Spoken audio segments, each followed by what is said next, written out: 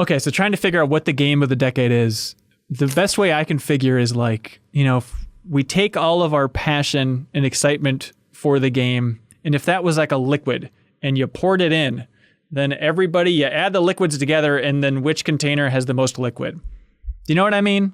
Go. Do it. Well, something like this. The communal passion. That's what we're trying to measure here's here, right? my Mario Galaxy liquid, I guess. Here you go. Does Mario Galaxy's liquid top Metal Gear Solid 2? I would imagine I don't think it does for me, but they're pretty close. I think Metal Gear Solid 2 might be my favorite of everything we've talked about. I would take 2 over Galaxy. I have very little, if we're talking metaphors, I have very little Metal Gear Solid 2 juice, and I have a lot of Galaxy juice. Yeah, I'm surprised looking at this on my top 100. Number 6 of all time is Metal Gear Solid 3, and then Metal Gear Solid 2 is 7, and Galaxy is number 23. Oh, wow. And that is very scientific. Hey, if we want to go for Metal Gear Solid 3, I will totally back that. I've got the most juice in the Snake Eater vial. All right, let's do it. Let's combine these liquids. Kyle, where's your liquid at? 2 or 3? For between those two games? Well, he's only in the arm in 2. That's true. That's true.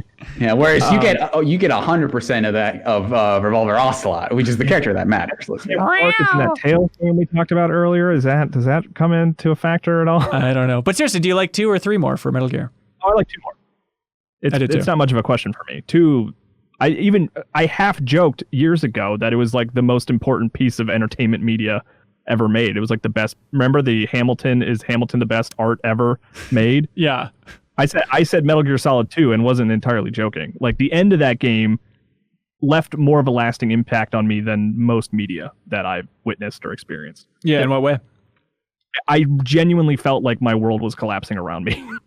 Just it was like just the Arsenal stuff? The way that like Raiden's world it suddenly becomes virtual and everything that he trusted through the course of that game becomes animatronic and fake. Yeah. And just trying to navigate what that means. Also, I'm naked. Like it just, I couldn't take it. Like when the Colonel calls you and he's like a messed up AI robot that can't talk straight. Like it was terrifying. It was like genuinely scary. And the fact that it all takes place inside of a virtual medium of the video game, like genuinely blew my mind. Like it was really not much has like really impressed me the way the end of Metal Gear Solid 2 has in terms of media in general. Yeah, I'm totally with you on that. And in that, I think the ending of that game is completely bananas and just like in all the right ways that I don't think he's actually been able to match since then. I think basically the hours before that, I don't think are as consistently as good as like a lot of the other Metal Gear games. I think 3 is the most consistently good throughout. Yes. And it's like one of the few games that's actually made me cry. Like that ending is legitimately like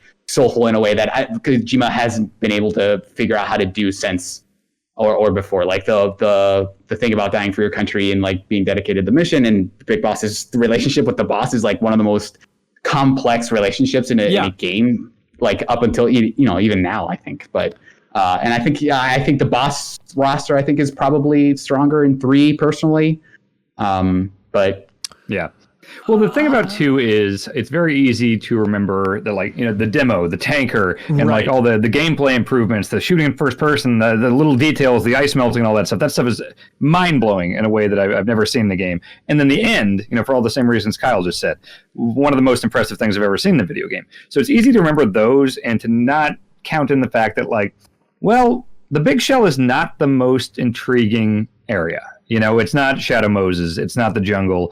And a large part of the game takes place in Big Shell. And there's great stuff that happens there for sure, but it's kind of a boring environment. And I think that's the thing that puts 3 above it for me, is that I think it varies things up enough. The stuff about the bosses and the ending and everything. I think, yes, 3 no doubt has a better story, better storytelling overall. I just think 2 is so much more interesting and still fun. And on the bosses thing, like the end is so memorable that's bringing it up a little bit. But in terms of like pound for pound bosses, I think I would take 2s over 3s. I would take 3s. I think you forget that even beyond like all the emotions, there's also the fight with Revolver Ocelot. There's the fight with his unit. There's a fight with him where you're trying to shoot each other near the mountains. Yeah. I think the environmental bees. I remember the fear Shagohod kind of being. I love the Shagohod chase. The Shagohod chase. There's the Pain, who's like, what's it called? The guy who's in the trees, basically. I think he's a pretty solid fight. The fear. Yeah, and like even the environmental Predator fight. Yeah. Yeah. And I think like, strut A in the big shell looks like strut B, looks like strut C, and you're doing a lot of like, I got to get into this conveyor belt and go into this one, and it can get a little confusing. Whereas 3, you're like in a different forest. Now you're in a compound. Now you're like coming down the sewers, and there's the motorcycle stuff, and then there's the segment with Ava. There's a lot more set piece, like well-built set piece design. No doubt. But at the same time, going back and remembering what it was actually like to play it, I mean, I haven't played it since Subsistence came out, so I need to go back for sure. But I just remember so much of that game being like, okay, now I'm gonna pluck the leeches off me. Just like the the menu maintenance level in Metal Gear Solid 3 drove me insane.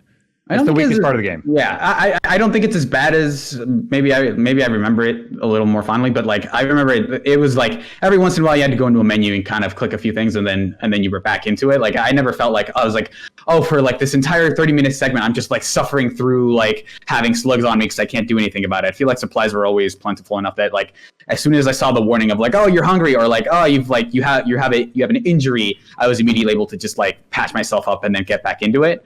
And then like I did like the camouflage stuff of like, I'm wearing red, so obviously I'm not going to be able to hide in like the grass because I was just in a military compound where they wanted me to wear flashier colors. But now that I'm outside again, I should wear something that's a little more appropriate. But yeah, I mean, is there anything that's going to top Metal Gear for this list? I mean, I was honestly expecting like Shadow of the Colossus to come away with it, maybe Mario Galaxy. And like I guess BioShock were the ones that I thought were going to be the consensus picks. It's GTA 3. Colossus, Metal Gear, Galaxy for sure. Sorry, Jeff, go ahead.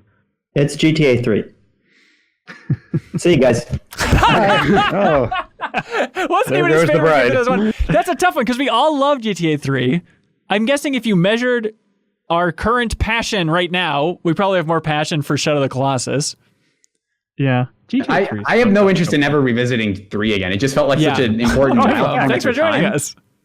Oh, his audio's broken too, so it'll be fun for this discussion. But yeah, I think those early GTA games are like really monumental in terms of their design. I think Fab's dropped out of the call. But I guess I don't have that much of an interest in ever like really revisiting those games, just because I feel like there are few games that have aged as quickly as those games to me. Okay, I mean, are we at Metal Gear Solid 2 or 3? Is that where we're at? Sorry, Jeff, your mic isn't working. I would love to include you in this conversation, but it's just not happening. No, do Super Mario Galaxy then. I mean, it's tough because we're like, I know we're pushing you into a corner a little bit, Jeff, because you're not a big Metal Gear guy, just in general, right? Like you haven't really gotten into any of them in a big way, and it's like I played the second one. But yeah, it's a tough thing to think about. Like, which game would you most want to go back and play right now? It's probably Galaxy. I'm shocked. I have 7 games from this decade above Mario Galaxy on my list. Dan, I mean, it's not the Old Testament. It's definitive. I'm very curious to read the room on Resident Evil 4, actually. Oh, interesting. Yeah.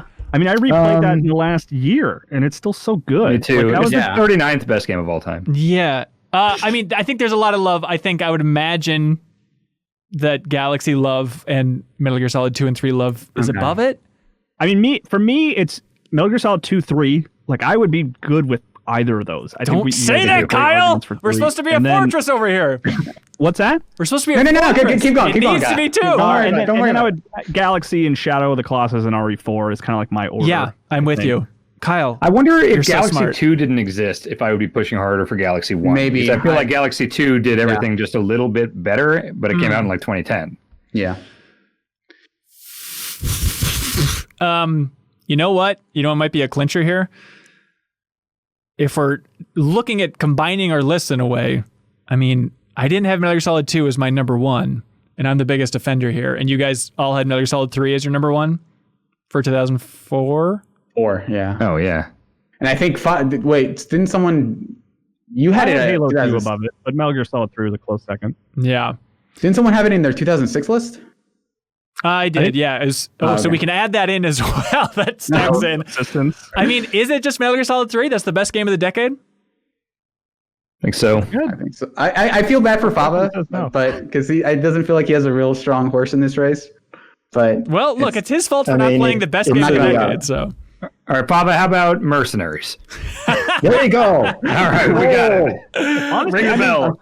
As like a weird like positive thing to say about Metal Gear Solid 3 is like I would 100% recommend playing it today. Like it's not a game that's like, oh, it's good at the time. It's like if you get the backwards compatible 360 version of Metal Gear Solid 3, like I played it in the HD version when it came out and ended up liking it way more that second playthrough than I did when it originally released. So like it's a game that you could definitely go back to and still have a great time with, you know? Yeah. God, I should go back and play that 3DS version. I never checked that out. It's such a weird anomaly in the industry, isn't it? If you don't like frame rate, then yeah, go for it. Not a fan. If you like Yoshi more than you like good frame rates, that's the game for you because you can shoot the Yoshis instead of the little Karotan. Oh, is that what it is? Oh, that's super fun. I forgot all didn't about that. the HD version or the HD collection of Metal Gear Solid 3 not have the poop nightmare?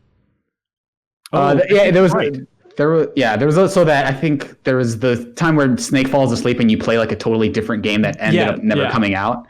But then if you call Sigint afterwards, he talks about the poop tanks. And so I think without the nightmare, I don't think you get the poop tanks. So maybe it's 2. Oh, hey, now we're talking. No, it's 3. It's 3. All right, congratulations. With an honorary hat tip that Killer 7 is the greatest game of all time. Thank you. All right, well, set his piece. Metal Gear Solid 3, congratulations for being the greatest game of the decade according to MinnMax, and that's very definitive, and that will stand for all time. If you enjoyed this clip from the MinnMax Show podcast, we think you'll like the full show too. You can find it by subscribing to MinnMax's YouTube channel or on your favorite podcast app. Any help spreading the word to keep our whole indie operation here running is appreciated. We're here for and because of the wonderful MinnMax community, so you're welcome to join.